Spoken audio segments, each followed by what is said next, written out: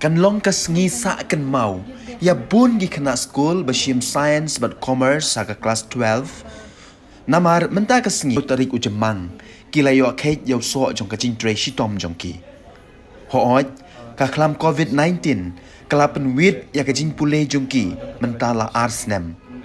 Henry kumbaki ya ong hi ki kena ka jing tre shitom bar ka jing len la de. Bat ka jing don ya ka thong kalapan job ya ki.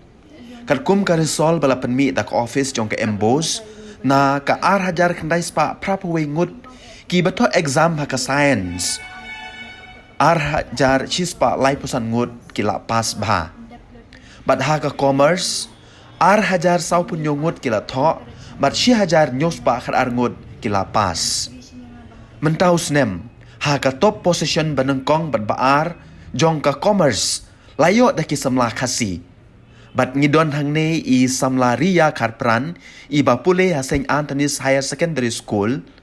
Bat habaya kren berkatun Bosco Media Network. I Ria ila pla ba ikwa banlong CA ne Chartered Accountants hadin kajing pule jong I. My name is Ria Karpran. Aklak golfing. Blay obviously mago itu hi ngayo kat ba mentane first position.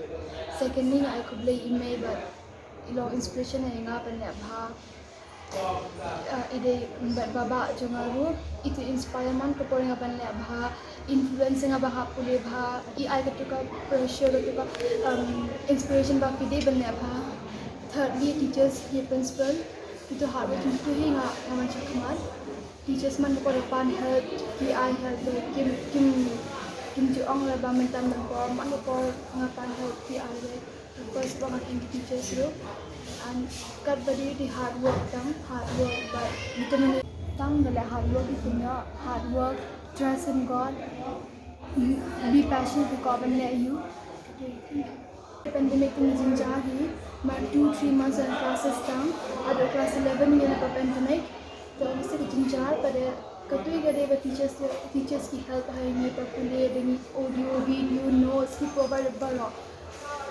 kumtu ni raban macam mana kini kita tahu obviously kam kaditang hote bang haben pule ba confidence stop ni long dengan idea tam consistency kumtu ada pule kata bas orang di college become kumtu teacher plan ni ban apa ni long charter accountant